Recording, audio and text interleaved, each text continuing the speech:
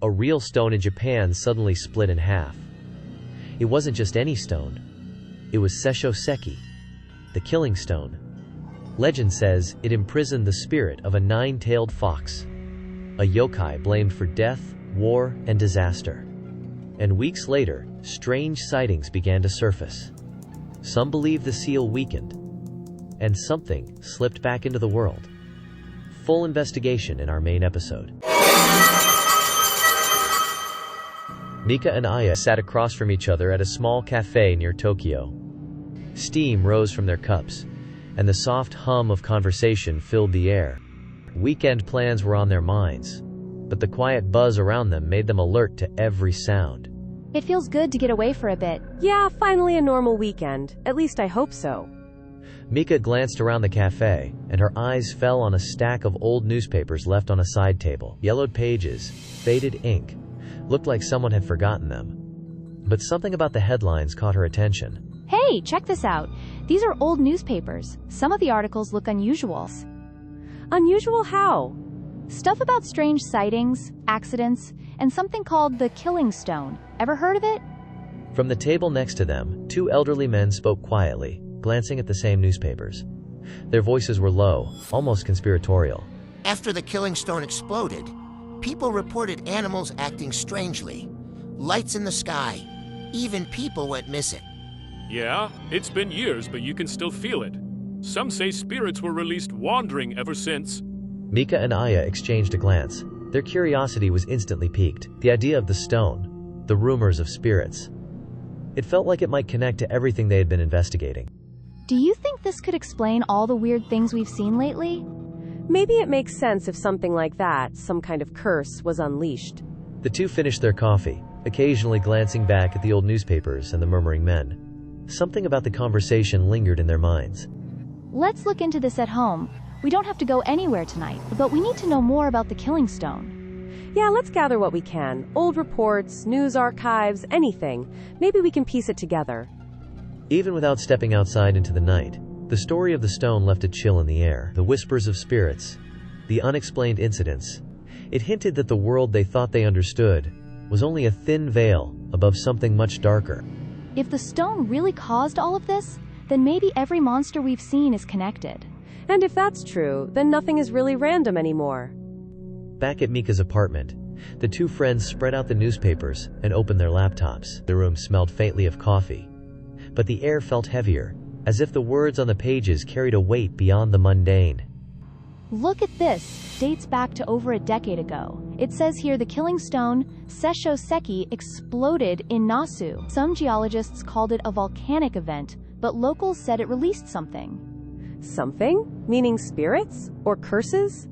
Exactly. Witnesses reported animals behaving oddly, sudden illnesses, people vanishing. And the headlines, they all hint at danger lingering in the area even years later. Aya leaned back, piecing together reports from various archives. One incident described a farmer finding his livestock dead overnight. Another spoke of strange lights near the forest. And yet another mentioned mysterious injuries in abandoned buildings. All these events, they're spread out, but they started right after the stone exploded. It's almost like it left an imprint on the world. And not just an imprint, maybe something actively wandering, influencing things. Monsters, anomalies, even the places we've investigated before might be affected. The thought sent a shiver down their spines. What they had once chalked up to coincidence now seemed part of a larger pattern. Mika pulled up an old photograph from the archives, yellowed and crumpled. It showed the rock, dark, jagged, glowing faintly in the light. Nearby villagers stared with fear, some shielding their eyes. This is it, the stone before it broke. You can see why people were afraid. Even in the photo, it feels wrong. Look at the shadows in the background. Are those eyes or just trees? The photograph seemed alive, almost as if the stone itself had imprinted a sense of watchfulness onto the page. Each time they looked, the shadows felt closer, the air heavier. If the stone released whatever it was, maybe that explains the monsters we've been seeing. Not random spirits, but ones tied to this event. So every encounter, every odd thing we've documented is connected, not isolated at all? Exactly. And if that's true, then maybe we're only seeing the tip of it. There could be places, creatures, incidents we haven't even imagined yet. Even in the safety of their apartment, the shadows of the past seemed to reach toward them. The stone story was no longer history. It was an ongoing ripple, touching the world in subtle, dangerous ways. We need to keep digging. Every report, every witness, it's all part of the same puzzle. And the more we find, the more we'll realize the world is not as safe as we think. The next evening, Mika and Aya spread out more documents and photographs on the living room floor. Each clipping, each report, seemed to whisper fragments of the past. Accidents, disappearances, odd sightings, threads connecting to the explosion of the Sesshō-seki years ago. See this? A local report of a river being mysteriously red overnight. No explanation. Just the stone's explosion was a few kilometers upstream. And this one livestock gone. Strange scorch marks near barns. They all happened within months of each other. The pattern was undeniable. Even places they thought were safe were subtly touched by whatever had emerged when the stone shattered. As they compared the dates, Mika noticed a flicker of movement outside the window. Shadows shifted unnaturally along the alley behind the apartment. A gust of wind rattled the panes, carrying a faint, almost metallic scraping sound. Did you see that? Something moved outside. I don't see anyone. Maybe just the wind? Of stray cat? But both felt the same chill crawling along their necks, a sensation that someone, or something, was observing them. The air in the room grew heavier with each passing second. Later that night, as Mika sorted through old photographs of the Sesshō-seki, the lights flickered briefly. A faint, distorted reflection appeared in the window glass, almost human, but impossibly thin and elongated. When they blinked, it was gone. I swear I saw a figure in the reflection. Maybe it's just our eyes playing tricks, but it didn't feel like that, like it was aware. Even with the apartment quiet, the feeling of being watched persisted. Objects seemed slightly out of place. A photo tilted, a paper on the floor moved. Small, subtle signs, enough to unsettle, but not enough to explain themselves. Every strange event we've recorded, every monster we've seen, maybe it all started with the stone, and maybe it's not done influencing things yet. So these incidents, even the ones we thought were random, they could all be part of a bigger picture. The apartment no longer felt like a safe haven. The shadows outside, and the shifting reflections inside, hinted at forces unseen. Mika and Aya realized they were tracing a trail that spanned decades, one that started with a single catastrophic event, yet still rippled through the present. We need to document everything, every story, every report, every flicker of light. The more we know, the more we can understand what we're dealing with. And hope we're prepared when it decides to show itself more directly. The past and the present converged in the glow of their screens. What had begun with a shattered stone and whispered fears of spirits now threatened to reach into their lives. A reminder that some disasters leave marks not just on land, but on the very fabric of reality itself. The following night, Mika and Aya to continue their research. As they worked, the room felt heavier, the air thick with an unplaceable unease. Shadows flickered at the edges of their vision, moving independently of the light. Did that shadow move, or did I imagine it? Maybe, but it's unsettling. Feels like it's watching us. Each creak of the building, each sigh of wind against the window pane, seemed amplified. The faint rustle of papers on the desk, the tilt of a photo frame. They were subtle, but deliberate. Later, as Mika refilled her coffee, she noticed something strange on the wall. A thin line, barely noticeable, ran across the plaster. Hilda, there's a crack on the wall right here. That wasn't there before, are you sure? Pretty sure. Maybe it's just settling, or the building's old. Curiosity overcame caution.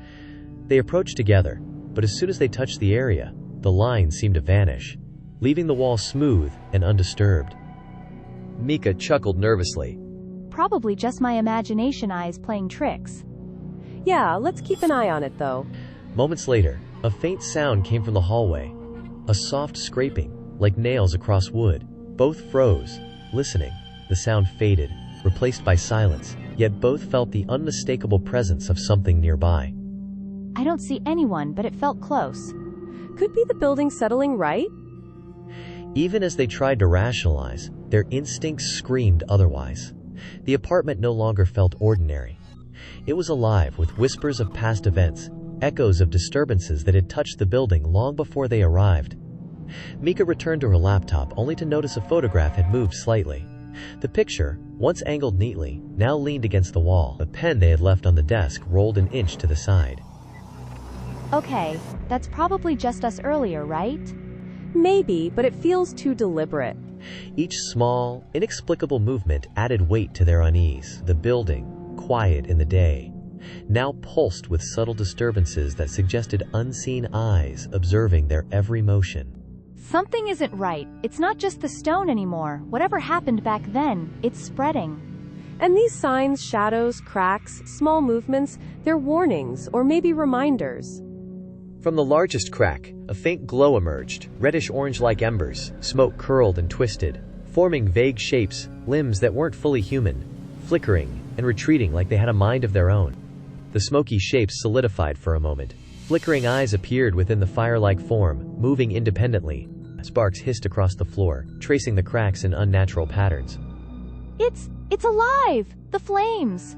Stay calm. It's watching, but it's not attacking yet.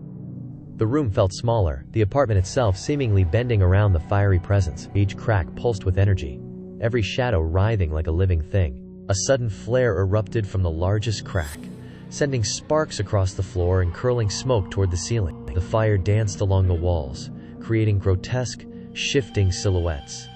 Mika and Aya stumbled back, hearts racing. We have to get out! Move! The fire did not burn them, but the heat and pressure pressed like a living thing. The shadows within the flame writhed, twisting and hissing, a tangible warning from the stone's lingering curse. They spilled out into the night air, gulping cold, clean breath. The apartment looked calm from outside, ordinary even, but they both knew what had emerged inside. The fire and smoke, the flickering eyes. They had witnessed a fragment of the Sesshō-seki's unleashed power. That was no trick of light. It's tied to the stone, and whatever it released is still here. And it's not fully revealed yet, but we've seen enough. We can't ignore it. Tonight, they had faced the first tangible manifestation of ancient, restless energy. Fire, shadow, and intent had shown themselves, but only partially. Somewhere within the cracks and embers, the curse waited, watching. We have to document everything, carefully. Every movement, every shadow. The next morning, Mika and Aya returned to Mika's apartment, still shaken from last night's encounter. Sunlight filtered weakly through the blinds, but the memory of glowing eyes and dancing shadows lingered like smoke. Last night, it wasn't just shadows. The stone's energy, it's still alive. And it's not fully revealed yet. If that was just a fragment, what else could be out there? They spread out their notes, photos, and clippings, every detail from last night. The glow from the cracks, the way the shadows moved, was catalogued meticulously. Look, this is the Sesshō-seki before it shattered. Local reports say it held a trapped fox spirit. After the explosion, the energy dispersed, like shards across the land. Animals going missing, strange lights, even people vanished. It's like the curse never left. It just wandered, manifesting as different phenomena. They began connecting dots, fires in abandoned buildings, fleeting shadows, distorted reflections, all possibly linked to fragments of the stone's unleashed energy. So every monster we've seen, Mokumokuren, Jorogumo, even strange lights, maybe they're all connected, not separate incidents. And now we've seen part of it, the fire, the shadows, the hiss. It's active, waiting, observing. Mika and Aya sketched diagrams of the apartment, marking where shadows appeared, where the wall cracks pulsed, and how the fire seemed to spiral along them. What if the stone's fragments don't just exist? They influence matter, perception, maybe even the energy around buildings, forests, and rivers. And that explains why certain places feel alive, with something unseen. The curse isn't gone, it's seeping. We need to track its manifestations. Every fire, every shadow, every weird sound, it's data. The pattern was terrifying but illuminating. By piecing together incidents across decades, they might predict where the curse's energy had settled, or where it would strike next. We can't just wait for it to show itself. Last night proved that. We need controlled observation, cameras, thermal sensors, anything that can catch the anomalies. And we need safety measures, fireproof gear, escape routes. If the Sesshō-seki fragments react like that again, we can't be unprepared. They made lists, mapped possible sites, and theorized the behavior of the curse's energy.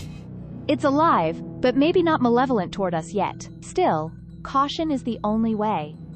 And one day, we might see its full form. Then we'll know how dangerous it really is. As they packed up their materials, the faintest flicker of movement caught their eyes. Just a shadow along the far wall, gone before either could point it out. A reminder, the curse was patient, spreading, observing. Every clue we find, every observation we record, brings us closer to understanding, and maybe controlling it, or at least surviving it. But surviving might not be guaranteed. The Sesshō-seki's fragments were scattered, restless, and alive. For Mika and Aya, the investigation had shifted from curiosity to necessity. Each shadow, each flicker of flame was a warning and a guide, leading them deeper into the hidden world of spirits, curses, and the consequences of a stone that should never have broken.